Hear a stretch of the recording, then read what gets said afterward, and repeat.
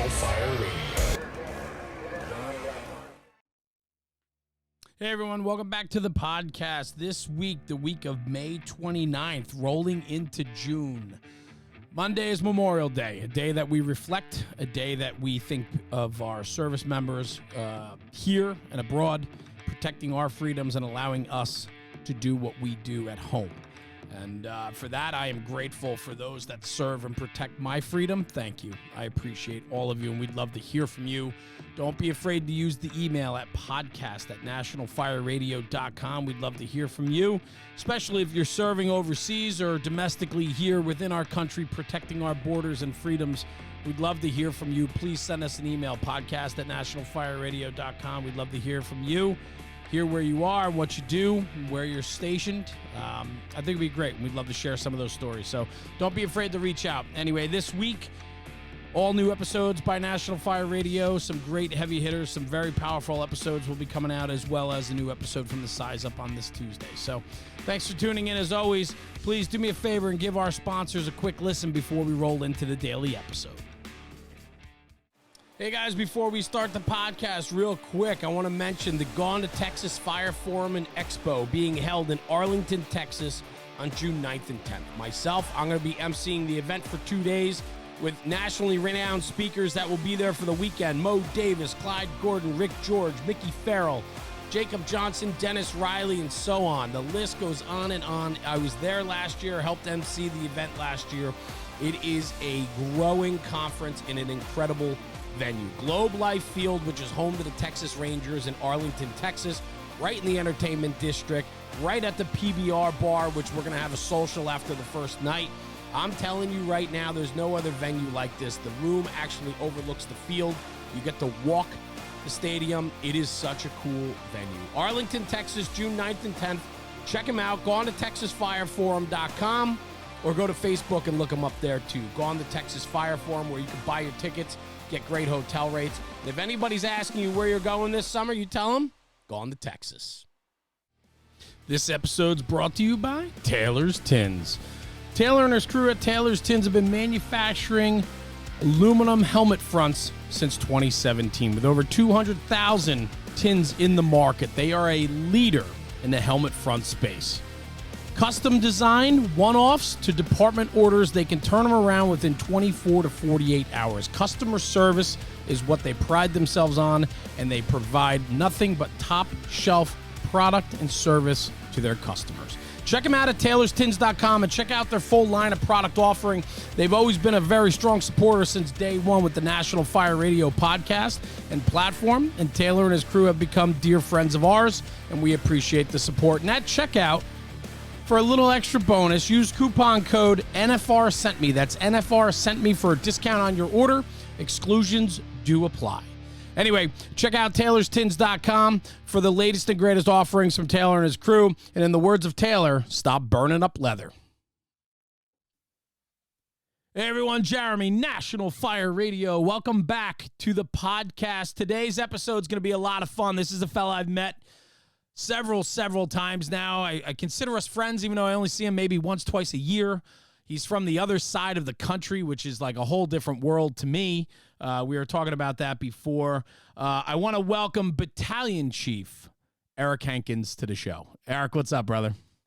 How are you, man? Thanks for having me. Appreciate it. I almost called you Chief, and I know how well that goes over with you. You know, even last night when I texted you, like, knock off the Chief shit, and I'm like, all right, brother, you got it. So is that because, I mean, listen, man, well-deserved promotion, obviously, but, like, I know you're a fireman. Like, do you love being a fireman? I do. It's definitely, you know, one of the highlights of my life, and I can't get enough of it. And, you know, the whole chief thing to me is it's surreal. You know, I still feel like I'm a young kid, and can't believe that I'm a chief officer now. And it's just still after, you know, several years, it doesn't seem real to me. So when people call me chief outside of my department, it's kind of takes me back a little bit. I get it. But listen, man, 30 years in the fire service, 23 years with the City of Yuba City, California, right? Did I get that right? Yep. Okay. Yep. Currently a battalion chief, like we said. But I'll say this. I got to think, though, when you're a when you're a guy that likes to be in the game, when you like being a fireman, when you still like getting your hands wet, and we're going to talk about training and all those other things that you're into, you're still stretching lines on those training grounds and teaching, moving that nozzle forward and, and spraying water. I mean, you're a big engine company guy. Yeah, absolutely. It's got to be hard to sit in that car, man. It is. It's tough. It's tough. And my chief reminds me of it all the time. Yeah. But what is that? I got to think, though, that's got to be fun for you, too, because then what's happening on the fire ground, because you're very much you were a hands-on fireman, hands-on company officer, and now you're in that battalion chief's position where it's basically your sandbox, right? So it's like when you used to get to play hands-on, now you're kind of the guy that's allowing them to play, but it gives you have a very good perspective of what's happening. Yeah, absolutely. Absolutely. What do you like about the battalion chief spot over that company position or being that fireman? Like, there's got to be a couple things that you're like, you know what, this is cool. Whether it's as simple as like just the car, the independence, what about that job? What do you like about that job? You know what? There's a lot of things, Jeremy. Probably the biggest one is just the satisfaction of seeing all the pieces that we worked so hard to train on over the years come to fruition on an incident where, we talk about things, we train for things, and then all of a sudden we put them to use on a real incident, and it usually has a successful outcome. And I like to be a part of that. Yeah. I like to share my experience with others, and being in the battalion chief role, it's just, that much easier to affect change. I truly believe even the newest firefighter can affect change, right, by their attitude and their commitment. But each rung in the ladder that you climb, it's just that much easier to affect change. Now at the chief rank, I work with management and administration to help write policy and change policy and stuff like that, and things that are just not as easy when you're a backstep fireman. Yeah, and you know what I love too, just thinking about that, I haven't never put my mind to that before, but as you were talking about that, like the battalion chief spot is a very interesting position, right? Because it really is that bridge between the firehouse and headquarters, right? Meaning you're a white shirt, you're wearing gold, but you still are very much in the trenches with the men and women, but you're also then relaying their issues back up the line to the admin people that you're usually one step away, removed from the fire ground. Correct. Yeah, we're definitely a liaison between administration and line staff. Yeah. Yeah, that's got to be fun because like what you're saying, though, that's the position that allows you to make a lot of change. Like there's things that you experience coming up through the line, things you experienced as a company boss, and now you get to that battalion chief's position and you're like, these are the things that irk me, and I know they irk the men and women. Maybe we can affect some positive change here. That's the position, I think, where you have the most horsepower to get that stuff done. Absolutely. That's cool. So give me a little bit of background about yourself. I mean, your fire service started before Yuba City. You mentioned to me before we started recording that you grew up in a firefighter household. Your father was a longtime volunteer firefighter. Talk to me about that upbringing, man. What did that look like for you, and what did it do to you to where you got to today? Well, I grew up in a really small town, the community of Meridian, a population of about 400 people. Wow. My dad did 34 years as a volunteer with that organization. That's cool. Truly neighbors helping neighbors. Absolutely. Right? Absolutely. 400, town population of 400? Yeah, got it. Yeah. And but when I first started hanging out at the firehouse regularly, they had just gone to their first paid fireman type model, which was a one guy Monday through Friday, 8 to 5, kind of an officer, most of which they went through a couple of them, most of which were volunteers from other departments that were working ambulance jobs or doing this, that, or the other. And for the most part, a department that small, they only run 150 calls a year back then. So realistically, they would come out, they would clean the station, they would do truck checks, stuff like that. And then sometimes they just rack out because they were working nights on the ambulance or something. Got it. So I was that snot-nosed kid that would come and hang out at the fire department and keep them awake all day, which they just absolutely loved. I Um, bet.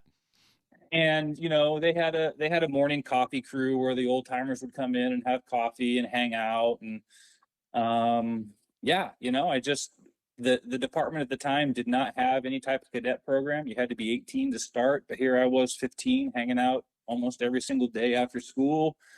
If I wasn't working, I was hanging out there. I did the usual high school kid stuff, but didn't do a ton of partying, didn't go screw around a whole bunch. Right. I wanted to be at the fire department. And then one day when I was about 15 and a half, one of the old timers who really didn't like going on EMS calls, showed up for an EMS call. He goes, "Get in, we're going." Nice. And I'm like, "Whoa," kind of stammered and stuttered. He goes, "Get in the damn rig." So I jumped in, and that was my first call. And shortly thereafter, the department modeled their cadet program after one of the neighboring agencies. And on my 16th birthday in June, I was officially on the books and running calls, pretty well full time. There was a point where I was running calls and I still didn't have my driver's license, so I was physically running to the fire station at night or during the day or whatever. It was I love it. about 5 blocks away. And town of 400. It's either very spread apart or very close together, right? So, yeah. No, we were pretty fortunate. So it wasn't that long of a run, but winded and out of breath. Sure. Tell them we're responding on the radio. Yeah, give me a couple blocks to catch my breath. Yeah, Boston, exactly. That's funny. But that's got to be, like, I think about that, the old timer, it's so valuable for when kids really get invested into it and they hang around. And the people that are there, they see their worth and they say, this kid wants to be here. And then that old timer said to you, granted he didn't want to do the EMS runs, but man, that moment, I'm sure when he said get in, your heart probably skipped a beat, right? Oh, absolutely. All that. Go ahead. The funniest thing about it, Jeremy, is the old timer that said that was probably one of the saltiest, grumpiest. I love it. Most of the guys in the fire department hated him. Yep. Most of the community hated him. Yep. And to me, at that point, he was my hero. I mean, I didn't necessarily agree with him all the time, but he's the one that went out on a limb and stood up to the fire chief and said, "The kid's here all day, every day anyway. You might as well put him to work." I love that. That's cool. Talk to me a little bit. You mentioned the coffee club, which I think in the volunteer fire service, I mean, I know it happens every morning at the career tables, right? But in the volunteer fire service, when you get that coffee club that hangs around, what did that do for you in setting the stage for your future in the fire service? Like, did you take such value in just sitting back and listening to the stories and the ongoings of the coffee club? Like, how important was that to you? If I'm being honest, they showed up at 5 o'clock.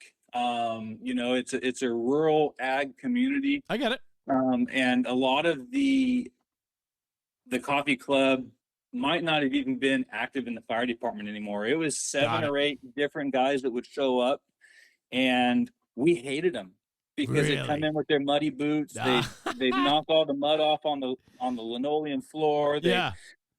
So we would screw with them all the time. They hated a certain type of folding chair, so we put all their folding chairs away and bring in the old one. I mean, typical. That's fantastic. Typical firehouse shit. 100%. Right? I mean, yeah. Looking back now, 30 plus years later, God, what an asshole I was. Yeah. But at the time, it was just, I didn't interact with them too much because honestly, 15-year-old kid, no way you're getting me up at 5 a.m. to come down to the firehouse. It's just not happening, Got it. But a lot of the guys that were part of it, I grew to become very good friends with over the years. And, our families grew up in the same community, so we all knew each other very well. And I knew they were cussing us just as much as we were cussing them. So it was kind of a little back and forth. Yeah, I get it. Good guys, really good guys, I love, though, the small town aspect, right? Like, I know, like, growing up in my town, too, where I volunteer, right? Smaller town, it's grown over time. And, my family, my father, laid the foundation and groundwork to give back to the community. And that was through volunteering in the fire department. And then he did some other things too. But my brothers and I all followed suit. And it was that small town pride, that civic responsibility of giving back to our community. And I think that does such a big thing for families that are rooted in communities. And I know we were talking before we hit record that where you are today in Yuba City, you live in the community that you work. And so, Yeah, absolutely. so there's got to be a lot of that civic pride that still exists, probably from your early days, no? No, there definitely is. There definitely is. I try to do as much with the community as I can. I've been a little less active in the last couple of years, but from United Way campaign, American Cancer Society, local fundraisers, I try to give back to the community that's given me so much over the years. There's definitely some people in this community that do far more than I do, and I'll never compare to those guys. But I mean, yeah, just even driving around in the Chiefs buggy when you're, I'm going to take the long way back to the station, right? And just drive through a different neighborhood, right? Like you drive around, I have to imagine, because I know when I was a volunteer fire chief in my town, you drive around with such pride. And I think when you're entrenched in the community and live in the community that you work in or volunteer in, you have this unbelievable sense of pride for the community in which you work. Absolutely. Yeah. Absolutely. No denying that at all. Yeah, that's cool. So take me back 23 years ago when you applied for Yuba City. What did that look like back then, and how much has the department changed and all of that? I mean, what did that look like? So I got hired in April of 2000. I'd been on a list for a couple years. The list was about to expire. We had a guy leave the department to go back to CAL FIRE, where he came from in the first place. He lateraled back as a captain. So a position came open the last week of my list. So they kind of ran me through another quick little Chiefs interview to see if I had, changed or better or worse, whatever the case may be. And I got a job offer and I was ecstatic. Nice. We're not a big department. Still not a big department, but back then we were the big fish in the little pond, if you will. Sure. Everything else was one station, rural or county type department. This was the only true city department of our size in the region. And, man, I was excited. So got hired. We were 3 stations with, a daily staffing of 8 people. We had 3 engines with 2 guys on it, and a little rescue squad out of Station 1 as a second company with 2 guys on it, kind of like the old Downey and Roy days. Nice. And yeah, I don't know, back then we probably ran, maybe 3,500 to 4,000 calls a year. Got it. So nothing crazy, pretty small, we did our fair share of fire duty, nothing like a big city, but the nice thing about a small department is if there's a fire, everybody gets to go. It's not like, oh yeah, there was 3 fires in the city yesterday and I didn't turn a wheel. Yeah. Happens to so many people we know. It's hilarious. Yeah. Yeah. So go ahead. In 2001, there was surrounding the city, and actually a few islands of property within the city were protected by a fire protection district, a little 2-station fire protection district. And through annexation and a park of all things to drive this political action, a community park, the county was going to have to stop maintaining this park, which was one of the biggest parks in the area. Right. And so the community decided, well, let's annex into the city and let the city take care of the park. So as a result of that, we began talks, and in September of 01, in fact, September 10th, the day before the attacks, we merged with the Walton Fire Protection District. So we gained 2 more firehouses overnight. So we went from 3 stations to 5 stations. We moved some people around, and basically we turned into a fire station with, a fire department with 5 2-man engine companies. And at the time they promoted 3 guys to captain 2 to kind of handle the shift supervision. And they ultimately became battalion chief a year or 2 later. Got it. Okay. So growth. And then today, 23 years later, what does it look like today versus the day you walked in the door? So we proceeded to slowly upstaff our engines to 3 bodies, thanks to grants and everything else, and some political support from council. So we ran 5 3-man engines for off and on many years. Sometimes they were 3. Occasionally we would drop down to 2 because funding would go away, or they would try to do some different things. They got creative. They had ICMA come in and do a feasibility study, which I'm sure a lot of the listeners have dealt with that. Yeah. And they suggested a little QRF vehicle. So they took 2 firemen off of 2 engines and put them on a rescue squad again. Kind of a step backwards, right? It was all smoke and mirrors. Hey, look, we just added another company. We've got 6 companies now. But yeah, we still have the same number of people. So right. So we finally got good staffing for the area. We got 5 3-man engines permanently. And just 2 weeks ago, we downstaffed an engine and upstaffed a quint. Okay. With 4 bodies. So today, our current configuration, our staffing model is 4 3-man engines, a 4-man quint, okay, and a battalion. Wow. So our daily staffing is 16 plus a battalion. I do love a command staff that's willing to try different things. And I have to think, but then you have to get the buy-in from the union, right? Yep.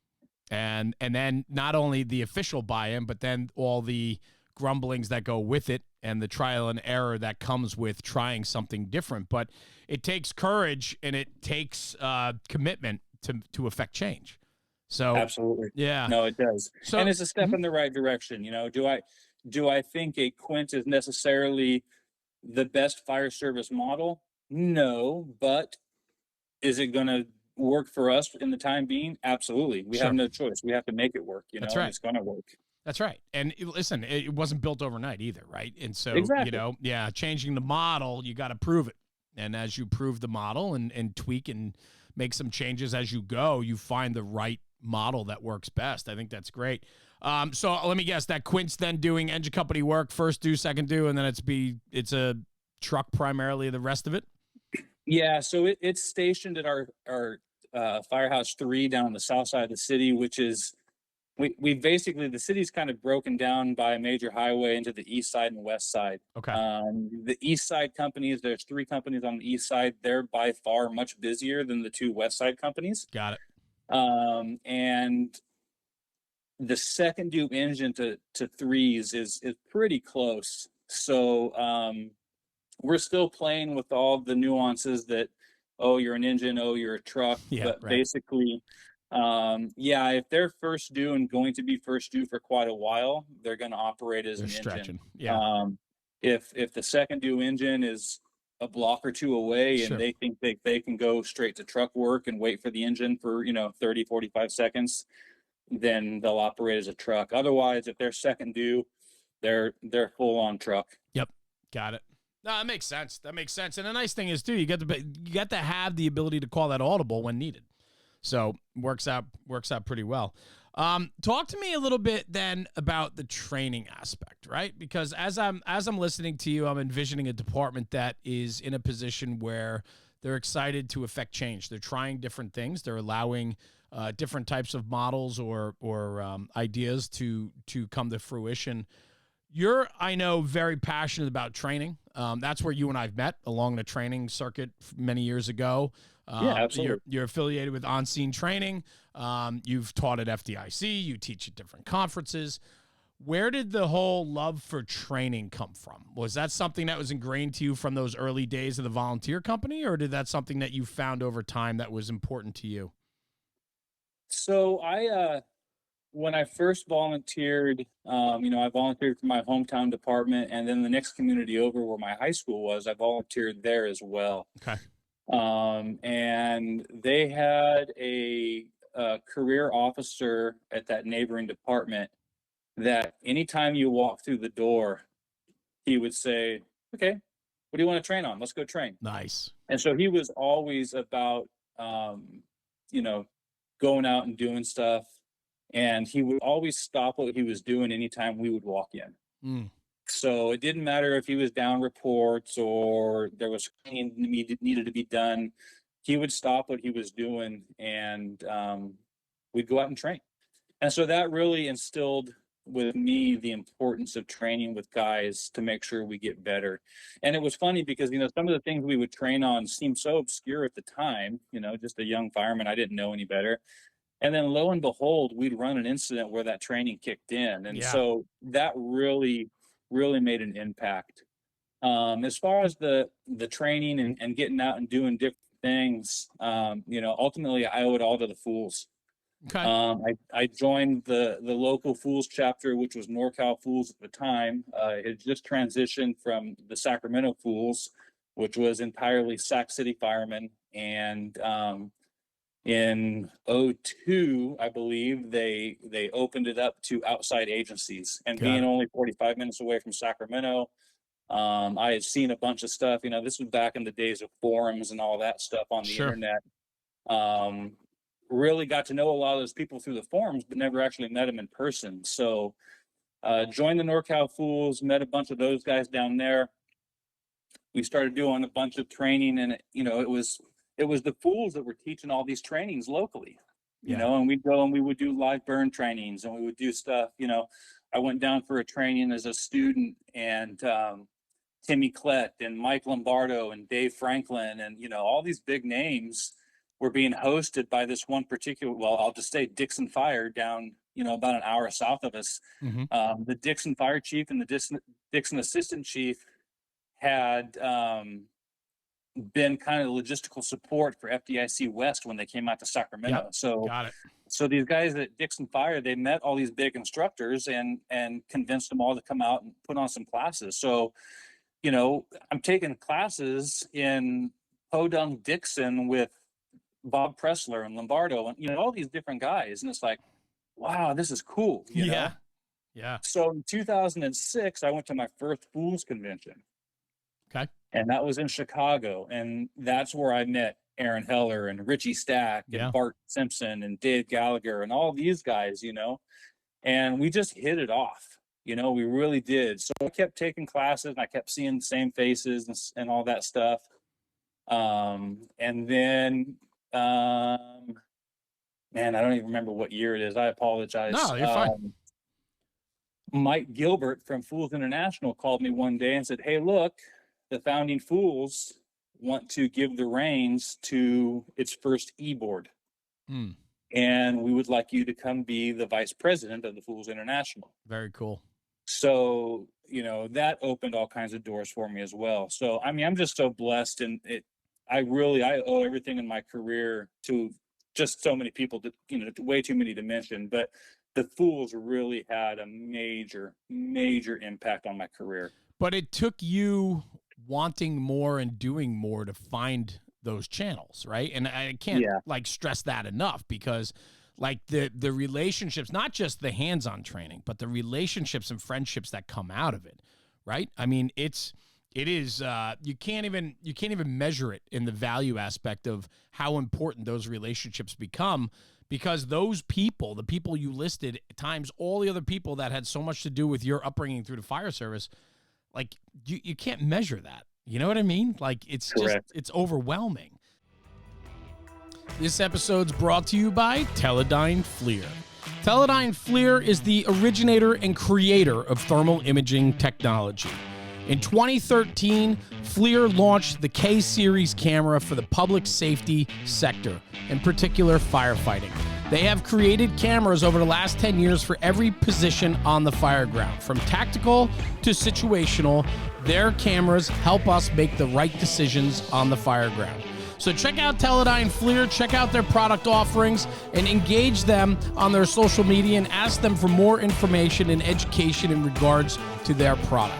Teledyne FLIR is producing one of the best cameras on the market, and they're a proud sponsor and partner of the National Fire Radio podcast. So go over to www.flir.com and look up the public safety file, and you'll find the latest offerings from Teledyne FLIR. So you became vice president of the International for the Fools, which is just incredible. Yeah. Yeah, and I did 5 years at that position. And And you know, it was time to pass it on to somebody else and let somebody else run with it. But the relationships didn't end. You know, yeah, things kept going and moving in the right direction. And shortly, you know, during that time, Aaron Heller says, "Hey, I got a class out in New Jersey. I want you to come out and give me a hand." I'm like, "Well, what are you talking about?" He's like, "Oh, it's engine work. You'll do just fine." So it's next thing I know, I'm in, you know, the outskirts of New Egypt, love it. and I'm teaching an engine class with Aaron and Stevie Gillespie, which that was the first day I've ever met Stevie Gillespie, Yep. which is just Yeah. what a gentleman. God. I love it. I love it. So the experiences, man, like it's, you know, you say you're blessed. We all are. But I'm a firm believer we make our paths and, you know, and so on. So there's a lot in you, that internal push to be bigger and better, right? And to better yourself. Right. And so is that when that was the lead in then to start to teach and understanding that, hey, you know, I've been doing this a while now. I got a handle on a few of these things. I think I can share this love for the job with others. Yeah, you know, I mean, probably just before that, I got asked to come out and be an instructor's assistant at our local college. They had just started a state certified firefighter one academy through the local college. So I was going out there probably once or twice a week, sharing my knowledge and experience there. So that probably kick-started my desire to teach, right? Is seeing all these 18-year-old kids, myself at the time probably only being 25 or 26, but Right. seeing these 18-year-old kids, they're just hungry for knowledge. And doing all that really probably sparked the most, and realized that I was making a difference by sharing what I had learned from others, you know. And that's the one thing, man, this fire service, we always say, you know, knowledge is power, but it's only power if you share it. If you rat hole that knowledge and keep it to yourself and say, "Oh, look at me, I'm the super smart, very aggressive, very smart firefighter," but you don't share it, man, you're just a mutt. You're not powerful. I You know, love it. you gotta share it. And sharing it at the college definitely lit a fire in me that I wanted to do more. Bear with me. I'm writing that down. Yeah, You absolutely. gotta share it. I agree with you. I think too many people are afraid to put themselves out there and pay it forward, pass it forward. I find it's a difficult conversation to have. Like when I travel to these conferences and I talk with guys, and you know we run in all these different circles, and I explain to guys, I'm like, give it away, give it away, give it away, and it will come back. I promise you. You know, and it's Absolutely. people are very protective sometimes of their experience and their knowledge, and I'm a firm believer that the more you give, the more you can get in return. And so, you know, when it comes to sharing the knowledge about the job and your experiences, you know, we need to give that away. That's the only way we can push this job forward and educate the next generation. Super, super important. The 100%. the values of the fools, the training aspect of it. I mean, it's the Fraternal Order of Leatherhead Society. It was based upon people, right? I had Walt Lewis on not too long ago, and we were chatting Yeah. about the foundations of that, of when it occurred, literally like the formation of it in their backyard when they were talking about it, you know. Yep. And when you think about those conversations, and it's just like-minded people that were like, hey, I think more people would be interested, let's formalize something and do this. The mission of it is based upon training and then the brotherhood and the camaraderie of it. I know for you training's important, but I also know that looking out for one another is massively important, right? Taking care of our own, being there for our own. Talk to me a little bit about the importance of that. Yeah, you know, so it really is, and that's, I mean, there's so many layers to that onion, right? I mean, I know. it's as simple, yeah, of course you do. It's as simple as, you know, helping a guy out at the firehouse that's, you know, gonna be an hour late because his wife is sick and now he's got to run his kid to school, and you know, just trying to take that stress off of that individual, you know, by saying, "Hey, man, don't worry about it. I'll slide into your seat for an hour and just take care of your family. Do what you got to do. And when you get here, you get here." You know, something as simple as that, or you know, being there for that phone call that unfortunately we all wish we would get. I mean, we don't want to get it, but we all wish we would get that phone call that talks somebody down off the edge, you know? I know I speak for a lot of the guys with on scene and others, you know, we've lost way too many friends, brothers to suicide over the last 10 years, way too many. Yeah. And, you know, the mental health aspect is huge. And I just wish we could do more. You know, everybody always says, oh, if they just would have called me. The simple fact is they're not going to call you. You know, if they're going to do something like this, their mind is already made up. They're not going to call you because they don't want somebody to talk them out of it. It's so unfortunate. You know, the first one started with our good friend from Sac City Fire, Billy Lewis, on Valentine's Day several years ago. As much as I hate to say it, that wasn't a surprise. You know, he had gone through some really rough patches. He'd been out on mental health leave for a while and come back. And I talking to him a couple times prior to his suicide, and he just didn't seem happy, you know? But still, it doesn't make it any easier, you know? I mean, to think of his mom and dad and his sister and everybody and his roommates, and it's just, it's absolutely heartbreaking. And we've lost so many more since then. It's really tough, you know? It's so sad and unfortunate that occurs, but it's a real occurrence, and it happens all the time. It is. I do believe that we are talking about it more than we ever have. I think that we're, you know, trying to educate along the way, but we have a long way to go with this. Yeah, for sure. You know, you've been around, you know, a little bit longer than I have. And so, you know, things certainly are making their strides, but we know changing the fire service is not the easiest thing, and it doesn't happen overnight.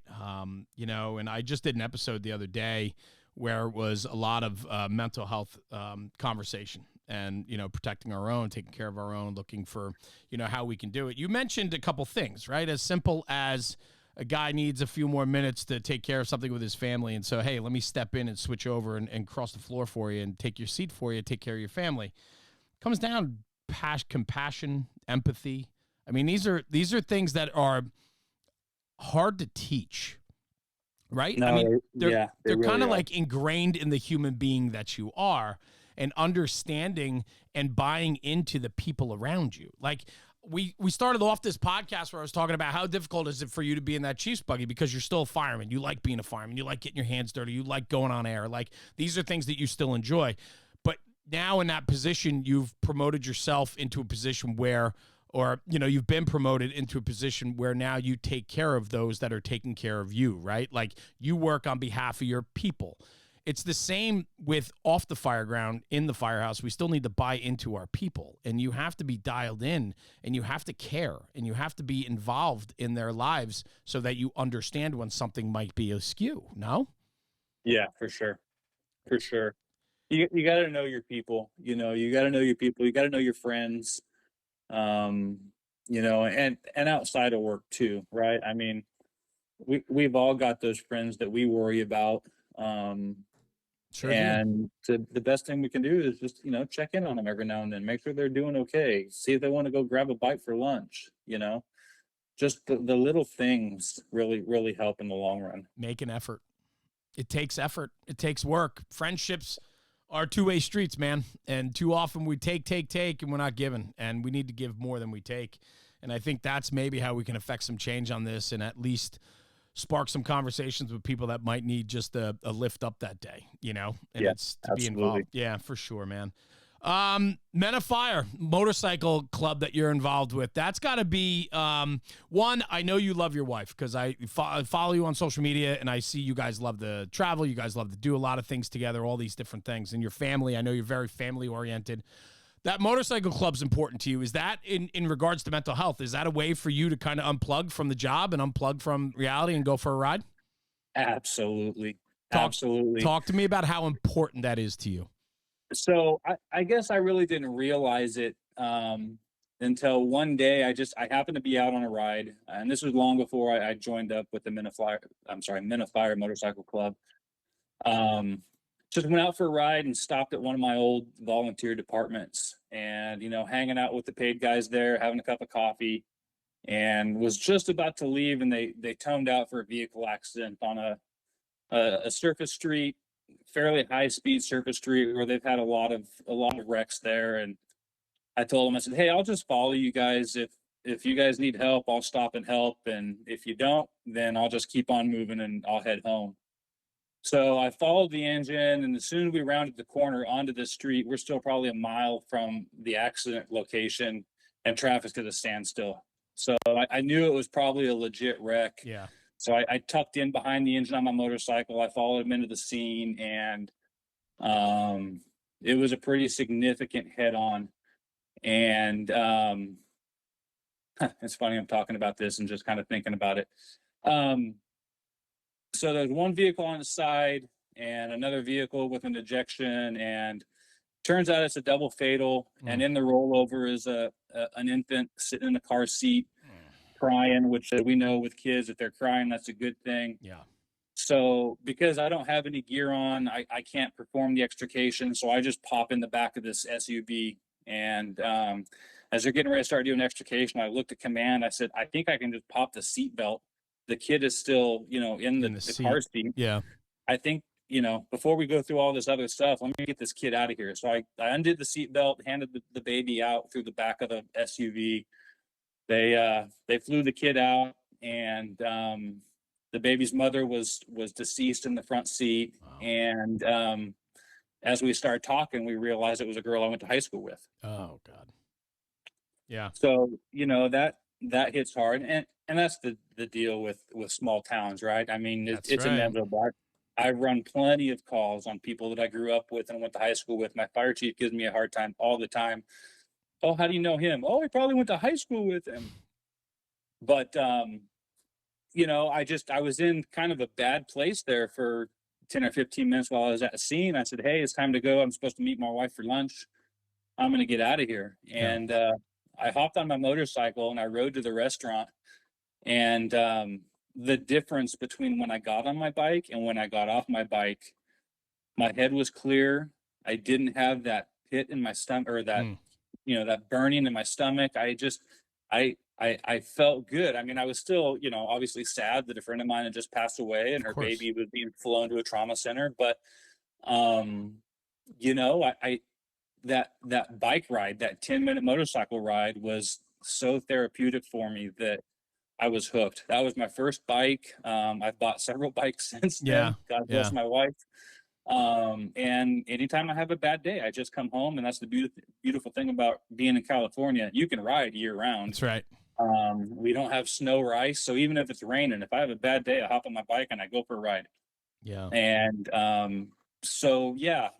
I joined the Men of Fire Motorcycle Club about 7 years ago. We have a local chapter, the Sac Valley chapter. There's 4 chapters in California and a bunch in other states as well. And it's just a great group, and it's a different group, right? It's a professional firefighter club. We don't allow anybody in if they're not either current or retired professional firefighters. So we talk fire, but we talk motorcycles. We talk, whiskey. We talk cigars. Sure. We talk about stuff other than the job, which is really, really nice. It's needed. And it is. It's needed. So it's definitely my out. It's definitely my therapy. I hopped on my bike last week and just went for a 100-mile ride just to go. And I wasn't even having a bad day. Nice. Man, did I feel good when I got back, Yeah. Yeah.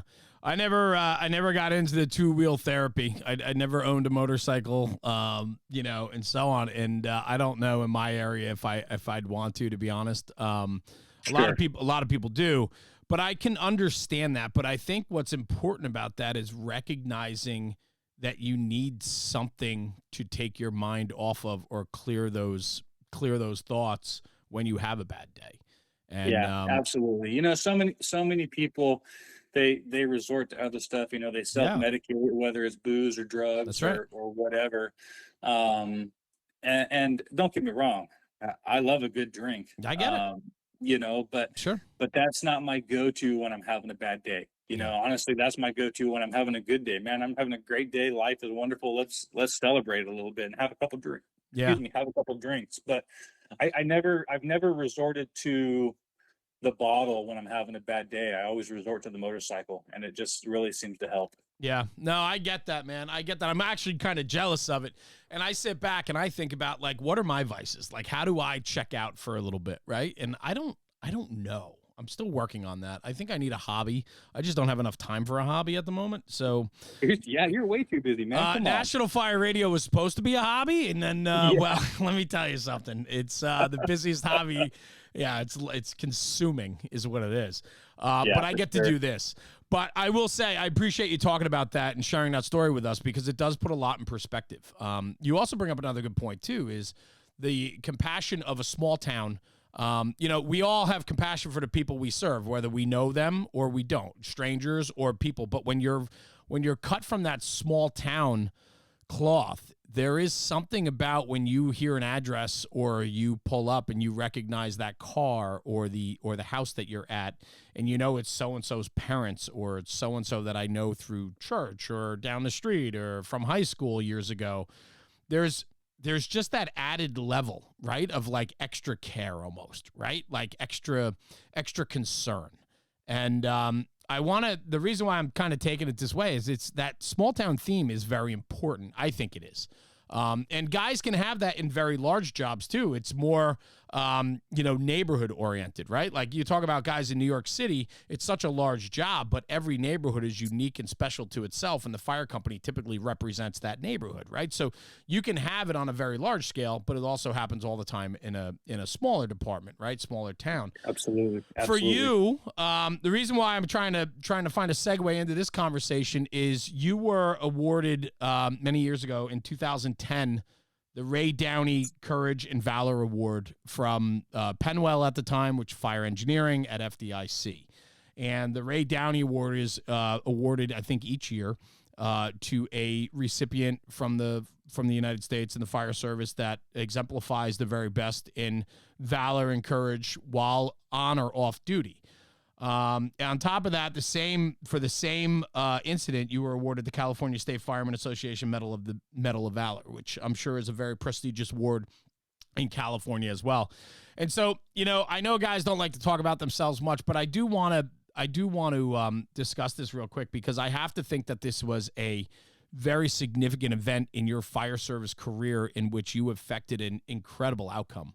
And then you were recognized for it, which I think is ultimately what needed to be done, whether you agree with that or not. It's important. It's important to recognize those that go above and beyond. And so, just to talk about that story a little bit, you were passing by, you were off duty, correct? Yeah. So again, it goes back to the whole living where you work, working where you live type deal. Exactly. So that was January of 2009. We were still doing routine shift and station rotations. The fire chief would basically not the fire chief, let me back up. That sounds horrible. Administration on an annual basis would look at the personnel, and they would move them as they saw fit. Got it. So basically that would occur usually around December, January each year. So I had just been reassigned to a new house. So I worked my last shift at my former house the day before or 2 days before, something like that. And I wanted to go start moving all of my crap from one house to the other. So I was driving into my old firehouse. I was maybe, 5 or 6 blocks from my home. I had just driven past my children's grade school. And it was still, the sun was pretty low, and I saw what I thought was steam coming from a 2-story, supposed to be single-family dwelling, but it had been illegally converted upstairs to a single-room apartment upstairs. As I got closer, I noticed the steam wasn't actually steam, but smoke. So I pulled over. Another lady pulled over. She went and knocked on the downstairs door, and I saw a door upstairs. So I ran upstairs real quick and knocked on the door and had no answer. About that time, I heard some bottles break and a woman start screaming, and I looked behind me, and running down the road was a mother, and Spanish speaking only. She starts screaming, "Mi niñas, mi niñas, mi niñas." I'm not very good at Spanish, but I was pretty sure that meant my kids, my Yeah. babies. Right. So she hauled ass up the stairs and opened the door and got met with, heat and smoke pushing out the door. So I pushed her off to the side and I went in. Not a whole lot of heat, but definitely zero visibility. I went in, did a real quick primary search, and I was able to find one child laying on the bed. So I came out with the kid thinking, okay, this is great. I just made a grab. Conscious? Yeah. Okay. Yep, conscious, coughing. Handed him to mom thinking everything was good. And then she started screaming, uno mas, uno mas. Yeah. Well, I definitely know what that means because that's how we order another beer at the bar. So yeah. I was like, oh, shit, So went back in, searched the bed again, thinking that if one was in there, they were both Right. on the bed. Sure. Couldn't find anything. And as I'm deciding to get out, because now fire's starting to roll over the top of my head a little bit. Oh, shit. Yeah. I hear just the faintest cough up by the headboard. And I say headboard, there was no headboard, the head of the bed. Right. And there was a little gap between the wall and the mattress. And I just happened to stick my hand down and I felt a foot. Oh my gosh. And there was an 18-month-old that had rolled off the bed, or maybe the 3-year-old pushed her off the bed. I'm not sure, but found a foot, grabbed it. Oh my God. Crawled out as quick as I could. And that was that. I went downstairs. The funny thing is, and I get this question all the time, I had turnout gear in my truck. Sure. But I wasn't intending on going in for a rescue. That's right. I just went up to notify people, hey, you got an attic fire, thinking it was an attic fire. Right. And so I came back down, and fortunately, I was there, and I don't say that lightly because I'm not trying to sound, No, like, I get it because of me. But the first due engine the firehouse was a block and a half from the house, but we were doing our annual physicals at headquarters, so that fire engine was clear across town. Yeah. So I had time before I called 911 when I first saw the smoke. I had time to go in and get those two kids, come out, get dressed, and get a radio to give an update to the incoming battalion that, we needed 2 ALS ambulances, blah, blah, blah. We had a working fire before the first due engine even arrived. Right. So had myself or anybody else not gone in to get those kids, it would have been a tragic outcome. Yeah. That's incredible, brother. That's absolutely incredible. The conditions didn't sound great either. So, it was just getting worse and worse. So, man, good. Bravo, man. Truthfully. And not only that, but to find, Jesus, if you think about that, just the little gap between the mattress, and this is searching very early on in this incident, right? And you think about that when you take that to the training ground, now that you have that experience and know what that felt like, and to search such a small gap between an 18-month-old can probably fit within a 4 or 5 inch gap, right? Brother. Well done. So it's funny. It's funny you say that. So 2 weeks ago, I was just down in Florida. My wife and I went out. My best friend, who I believe you met, Earl, at FDIC 2 years ago. Okay. He just moved down to Melbourne, Florida. So the guys with the Treasure Coast pools do their Treasure Coast tot every year, and they've told me for years I've got an open invite. They just can't pay me anything. So it's always hard to justify with your wife a flight to Florida and everything else. But the nice thing is when we go, I can take her with me and we can visit Earl. Absolutely. So, that's cool. Went out to Treasure Coast Hot 2 weeks ago, and I helped Jenny Grima with her search class. And when I would take the infant mannequin in there, I would put them between the wall and the bed. Yeah. And I would tell the students afterwards, hey, I'm not trying to be a dick. I'm just telling you that I have physically found a child in this exact position. So if you think that you're not going to find them there when you do your search, your primary on the bed, think again. If there is just the slightest gap between the wall and the mattress, there's a chance there's something down there. Yeah, that's incredible, man. I'm blown away by this story. And you know what? Without, any thought of your own safety or protection, you went in and did what you were supposed to do. And bravo, man. That's why I didn't really know the whole story. So I appreciate you sharing that with me. And in fact, I didn't even know, we've known each other for a few years now, and I had no idea. And then I don't know where it came from. I was looking something up, and I was reading through like who was awarded the Valor Awards, what you call it, the Ray Downey Valor Awards. And I'm reading down, all of a sudden I see Eric Hankins, and I go, there's only one Eric Hankins. Like, there can't be another Eric Hankins. And I'm like, I never knew this story about you, and that is, it was a good day. It was a good day. I mean, I'm not a religious person. I don't do church. Obviously I have my faith and I believe in God, but I'm not a religious person, but I truly believe that God put me there at that time for a reason. For a reason. Absolutely, man. And, all your training and fortitude paid off. And that moment right there, you literally saved 2 children's lives, and that's fantastic, brother. Well done, man. Really well done. So, listen, this has been a great conversation. What is next for Battalion Chief Eric Hankins? What's on the horizon? What are you doing? You got anything fun and exciting happening? What's next? You know what? Right now, everything's kind of status quo. Okay. It's been a busy last 6-8 months with on scene and the fire department and everything else. Yeah. We're kind of transitioning, although with all the rain and snow, I'm not sure what kind of fire season did that affect you? Be. Yeah, it definitely did for good, right? We've been in a drought for a couple of years, a pretty serious drought, and I don't know if officially the drought is over because politics will be politics, but we're definitely looking really, really good. But this is the time of year that I typically don't book any trips or anything like that because we're pretty heavily involved in the state mutual aid system. We do the big campaign forest fires and stuff like that on mutual aid deployments. So I try to keep my summers open so I can take as much advantage of that as possible. Sure. Opportunity. I will say this about the drought, man. It's wild to see some of those before and after photos from last year till this year, right? After all this snow melt and the rain and the snow that you guys had. I mean, some of these lakes are back to like capacity.